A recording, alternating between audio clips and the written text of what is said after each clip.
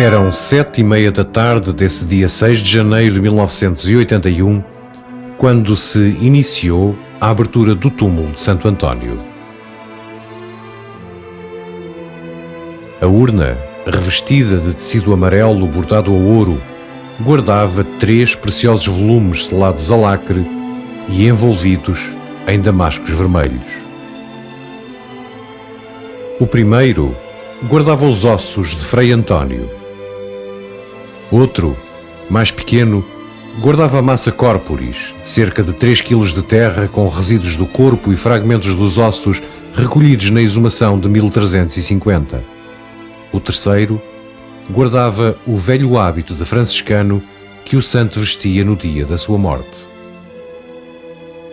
Estas relíquias foram então submetidas a exames científicos que possibilitaram o esclarecimento de importantes detalhes para o completo delineamento físico e fisionómico do santo.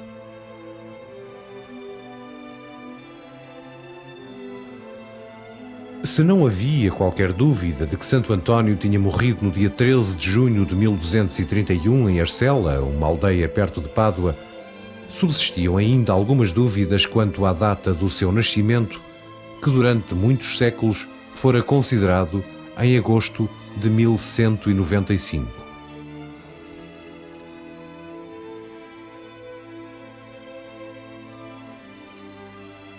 Esta data de 1195 é uma data presumível que toma por referência o texto da Assídua, primeira biografia do santo português, provavelmente compilada por um franciscano italiano contemporâneo de Santo António e com base em vários testemunhos de destacadas figuras eclesiásticas desse tempo. Mas os exames científicos realizados nesta exumação de 1981 revelaram que Frei António teria morrido com a idade de 39 anos e 9 meses, podendo assim determinar-se com rigor que o santo teria nascido em setembro de 1191 e não em 1195, como durante séculos se considerou. Mas, apesar dessa diferença de 4 anos, os historiadores aceitaram manter universalmente a data comemorativa do nascimento de Santo António com base no ano de 1195.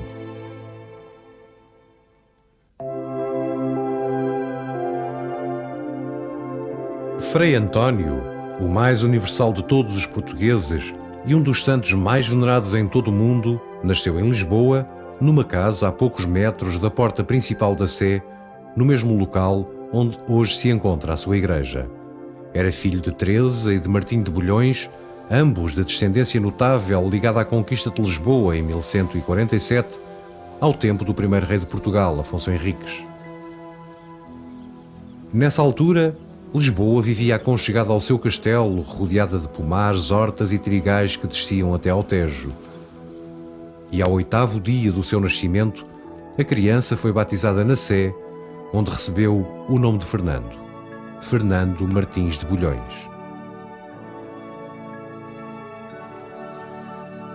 Desde então, viveu a sua vida de menino em torno dos muros da Sé, sendo na pequena escola anexa ao templo que Fernando recebeu a sua primeira formação intelectual e aprendeu a ler pelo Saltério, o livro de leitura que se usou até ao fim da Idade Média.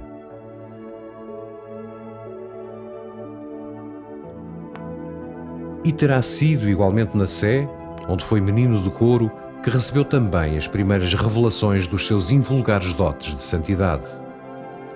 Segundo a tradição, ali gravou na pedra dura das escadarias do coro com os próprios dedos a cruz que ainda hoje ali se pode observar. Aluno aplicado, o jovem lisboeta, à mercê dos seus dotes místicos, sentiu-se cada vez mais atraído pela vida religiosa e aos 18 anos recebeu licença dos pais para se recolher no mosteiro de São Vicente de Fora, pertencente aos cônegos regrantes de Santo Agostinho, onde permaneceu durante 2 anos, aperfeiçoando a sua escolaridade e a sua vocação para o serviço divino entre os homens.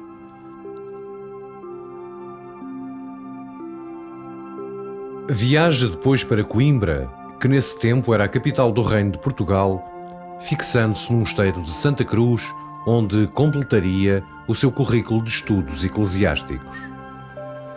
A par das qualidades naturais do jovem Fernando, a permanência em Coimbra junto de notáveis mestres portugueses, o auxílio da importante biblioteca do mosteiro, o estudo da teologia, das ciências e das leis, muito influenciaram a formação da sua excepcional personalidade. Perto da idade de 30 anos, seria ordenado sacerdote pelo arcebispo de Braga. E ainda em Coimbra, o jovem sacerdote assistiria à chegada da arca que trazia os restos mortais de 5 franciscanos martirizados em terras de Marrocos. A profunda impressão que este facto provocou no seu espírito e o desejo ardente de pregar a palavra de Deus foram decisivos na mudança radical que se operou na sua vida ao trocar o hábito de cônego pela estamanha e pela corda dos franciscanos, símbolo dos valores evangélicos da humildade, fraternidade e penitência. Decidido a pregar a palavra divina aos infiéis, partiu de Coimbra com direção a Lisboa para daí tomar viagem para Marrocos. Da riqueza do seu nascimento só lhe restavam agora o pobre hábito que vestia e o nome de batismo que havia 30 anos recebera na sede de Lisboa. E mesmo esse substituiu por António, simplesmente, o nome com o qual se consagrou para a eternidade.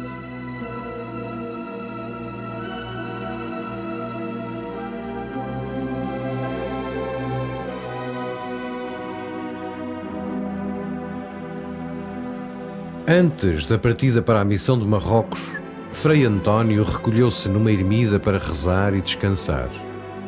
Ali se preparou para o embarque, sem saber que aos 30 anos de idade, esse seria o definitivo adeus a Lisboa, a sua cidade. Nunca mais voltaria a Portugal.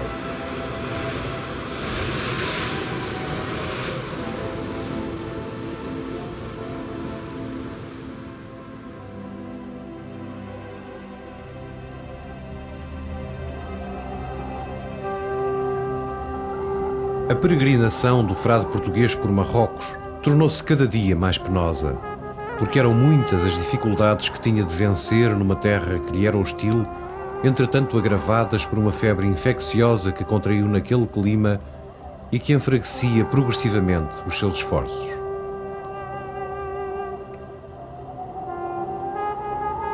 E como a doença se prolongava, Frei António decidiu abandonar Marrocos, embarcando com destino a Portugal.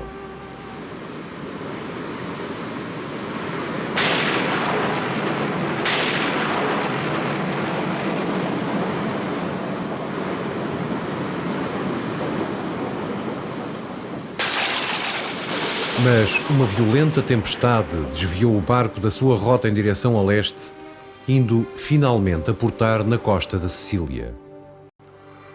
Ali perto, em Rima, havia um pequeno convento franciscano e nele Frei António se recolheu durante alguns anos.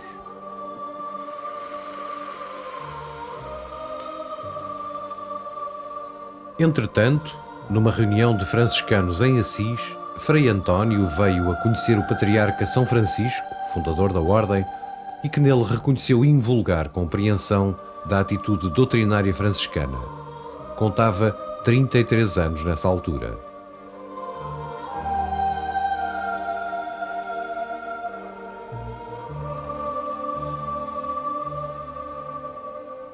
Noutra reunião de franciscanos, algum tempo depois, o acaso viria a ditar a Frei António a sua missão de orador. Perante a doença súbita do frade encarregado do sermão, foi-lhe pedido que dirigisse a palavra à Assembleia. Revelando a sua vasta sabedoria, com raiz nas lições dos mestres de Coimbra e Lisboa, a eloquência e a intensidade do seu discurso suscitaram o entusiasmo e a admiração de todos os presentes. A notícia das qualidades de orador do jovem frade português depressa correu por toda a península de Itália e por diversas vezes a pregação de Frei António foi seguida de impressionantes milagres.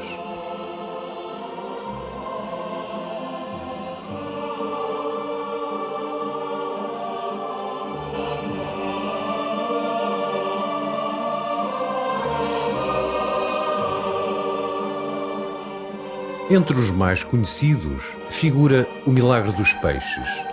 Conta-se que o frade português discursava na povoação de Rímini e que, perante a indiferença das gentes daquela terra em ouvir a palavra do pregador, decidiu abeirar-se do mar e fazer o seu sermão aos peixes, acontecendo então um milagre. Uma imensidade de peixes emergindo à superfície das águas parecia escutar atentamente a palavra de Frei António.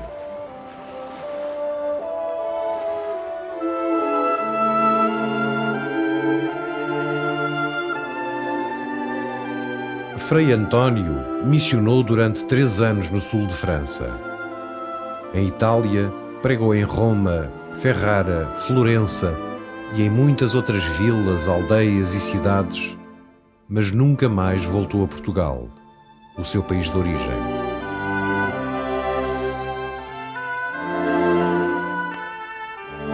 Em 1230, depois da morte de São Francisco de Assis, Frei António foi designado legado da Ordem dos Franciscanos junto do Papa Gregório IX, que mantinha profunda admiração pelo frade português.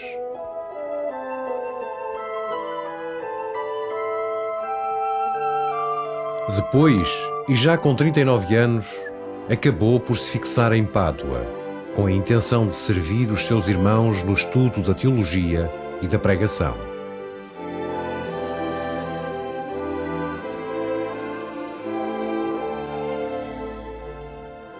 As suas múltiplas atividades, desenvolvidas sem descanso, a sua total dedicação aos outros e as extenuantes peregrinações que fazia, quase sempre a pé, minavam-lhe a saúde, enfraquecida desde a sua passagem por Marrocos.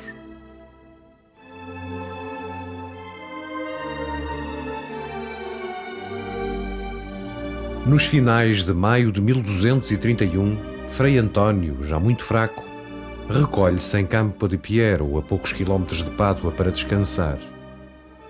Mas a sua doença ia piorando cada dia que passava. Na oração e na contemplação, Frei António preparava-se para receber a morte com serenidade.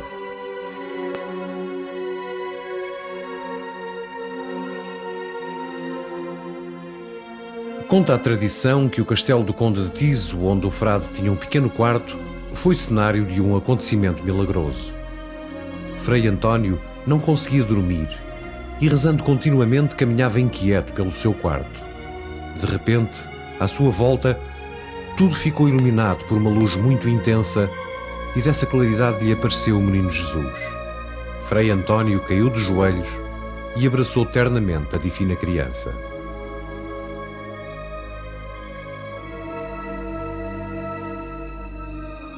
Nas primeiras horas do dia 13 de junho, Frei António sentiu que a morte se aproximava e manifestou o desejo de morrer na igrejinha de Santa Maria Madre Domine, perto de Pádua, que ele mesmo fizera construir.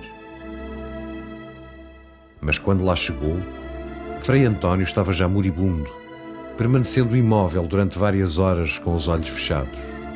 Por fim, abriu os olhos e, como que em êxtase, exclamou: "Vejo o meu Senhor."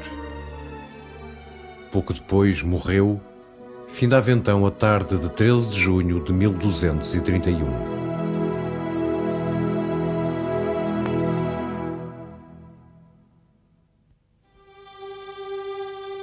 No ano seguinte à sua morte, Frei António seria canonizado pela Igreja. O homem que nasceu em Lisboa com o nome de Fernando de Bulhões ficaria para a história com o nome definitivo de Santo António. Logo em 1232, o antigo Senado de Lisboa, hoje Câmara Municipal, adquiriu a casa onde tinha nascido Santo António, junto da sede de Lisboa. Não se conhece a data em que a casa foi convertida em igreja, mas sabe-se que a partir de 1430 e durante 300 anos, todos os reis de Portugal foram contribuindo para o enriquecimento da igreja de Santo António, transformando-a ao longo dos séculos num templo sumptuoso.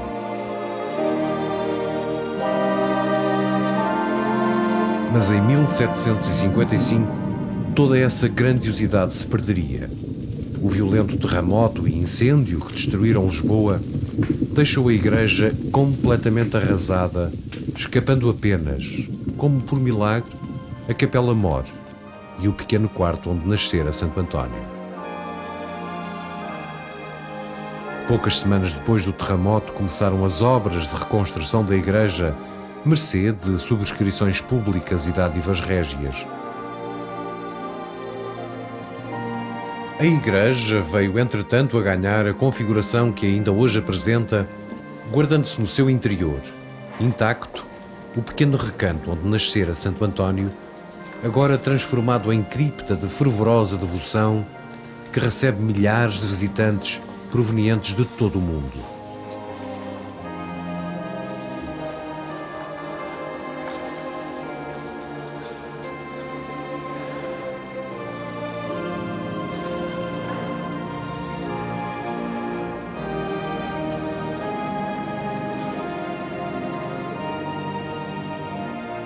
E mesmo o Papa João Paulo II, por ocasião de uma visita a Portugal, ali orou durante longo tempo.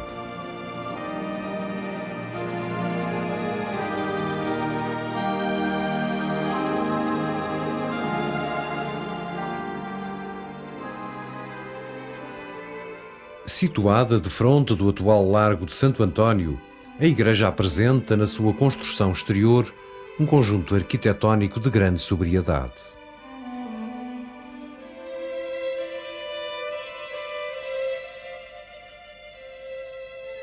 Na base da sua fachada, uma escada de 2 lances conduz a curiosidade do visitante para a riqueza artística da sua arquitetura interior. No teto do vestíbulo figuram as armas reais portuguesas lado a lado com as armas da família Bulhões.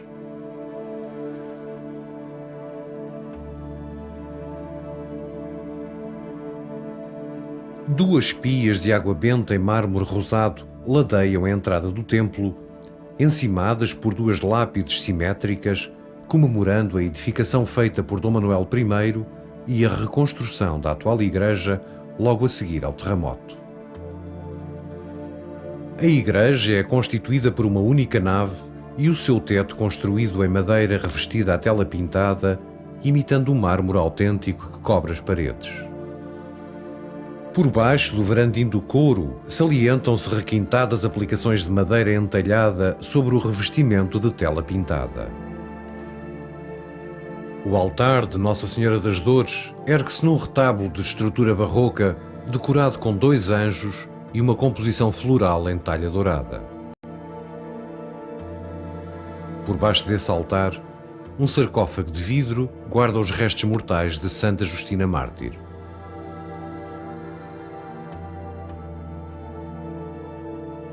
Do lado oposto está o famoso retábulo de Santo António, a quem diariamente os devotos dedicam as suas preces, simbolizadas nas velas acesas e no contacto da mão. A luz do dia entra pelas 8 janelas envidraçadas da cúpula, iluminando as 4 capelas laterais, decoradas com painéis setecentistas de Pedro Alexandrino. 2 destas capelas são dedicadas a Nossa Senhora da Assunção e Nossa Senhora da Conceição.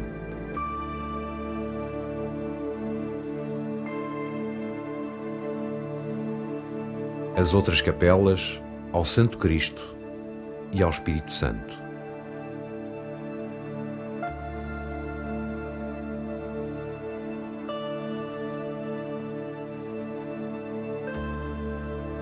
A Capela-Mor constitui o centro da composição ornamental do interior da igreja.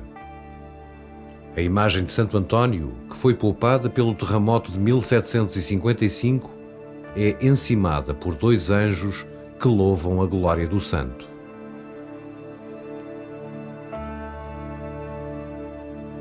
As 2 esculturas em mármore são separadas pelo painel de Pedro Alexandrino, que representa o milagre dos peixes.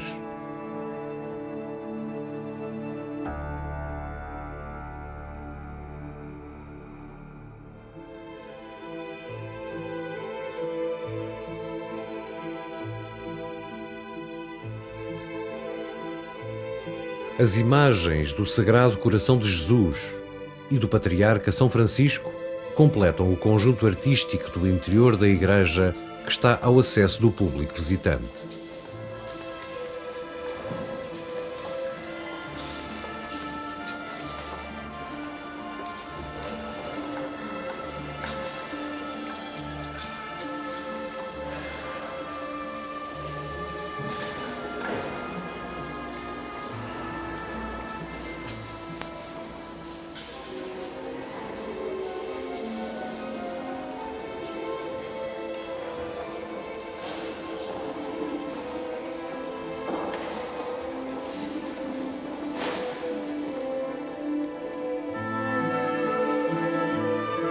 No espaço reservado da sacristia, azulejos portugueses do século XVIII ornamentam as paredes até ao teto.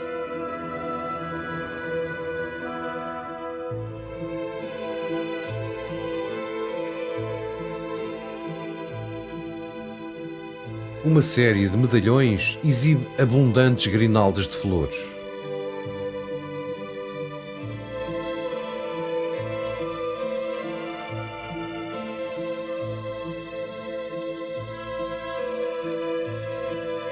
Estes painéis de azulejos enquadram um arcaz em madeira de pau santo, peça rara do mobiliário decorativo português.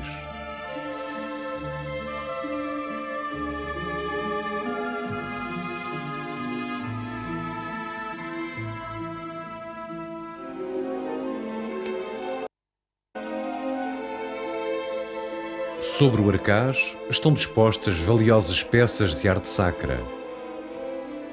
4 pequenas esculturas em madeira de ébano representam os 4 evangelistas.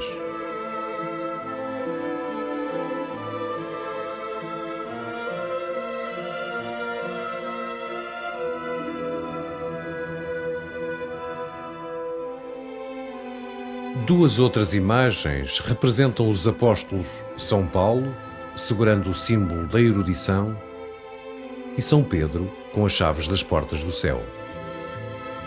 Ao centro, dispõe-se a cruz com a imagem de Cristo.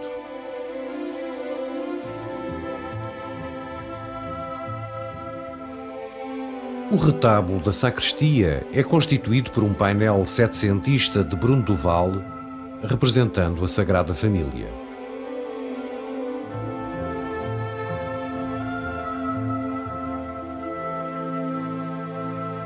A visita aos espaços de culto consagrados a Santo António completa o seu percurso nas instalações do pequeno museu anexo à igreja. As primeiras propostas para a criação de um museu dedicado a Santo António remontam a 1918, mas só muito mais tarde, e graças à doação de importantes coleções antonianas doadas à Câmara de Lisboa, se pôde concretizar esse antigo desejo do município. Inaugurado no dia 13 de junho de 1962, o pequeno Museu Antoniano não pretende documentar os aspectos da vida, da história ou mesmo da obra do grande taumaturgo português. Este espaço museológico destina-se à exposição permanente de documentos bibliográficos, peças simbólicas e até de simples curiosidades relativas ao fervoroso culto que os lisboetas rendem ao seu santo.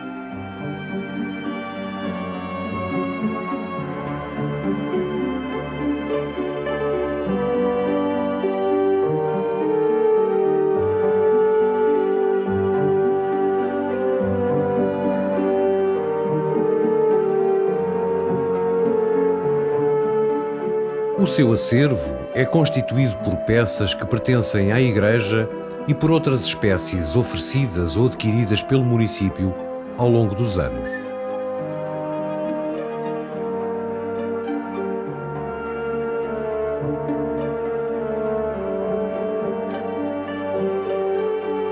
Entre as múltiplas peças que se expõem no museu, destaca-se um pequeno trono, com altar, padre, sacristão e ajudante, tendo no cimo a figurinha de Santo António.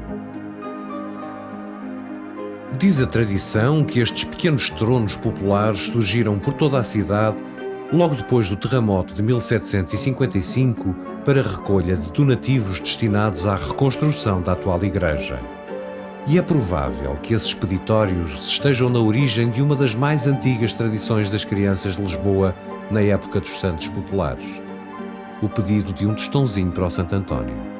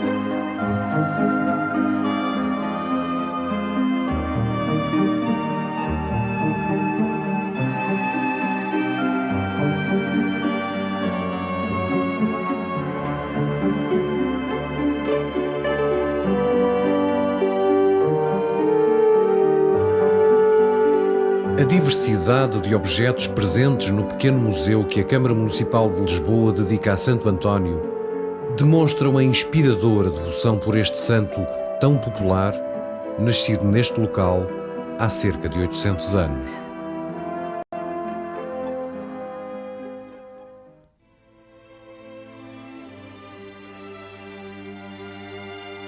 Uma popularidade que transcende as fronteiras portuguesas e se mantém viva na alma e no coração de muitos devotos em todo o mundo. A dimensão universal deste santo, cujo culto não se apagou em 800 anos, tem raiz na permanente atualidade dos valores que sempre orientaram a sua pregação e doutrina.